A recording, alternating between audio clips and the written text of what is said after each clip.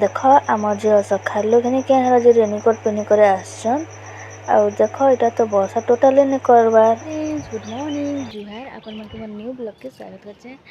आपण मन केनता अछन आशा करछे आपण मन भरि थे। देख वर्षा रानी पूरा छाड़बार टोटाली इच्छा नहीं करवा वर्षा पूरा कर दउछन जे धुरकुटा तो देखुन आमर गाँव नजारा पूरा अंधार करी आछे।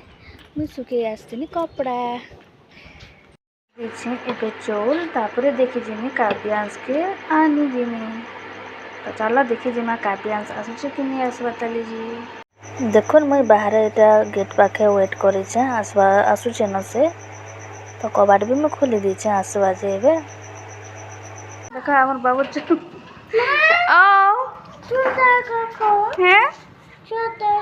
देखो एटा स्कूल उतरिले आ एटा रेनकोट पिनि करैछन नुआटा क्या जे दादा बिकबार लगे आनछन जे मते देखि आनतिले देखो बोले को जे मुई कहनी कि नहीं इबा एटा वर्षा तो नहीं हेबार क्या जे तुम रेनकोट पिनि जा बोला के नाइ गो मां तुमके देखे आनतिनी।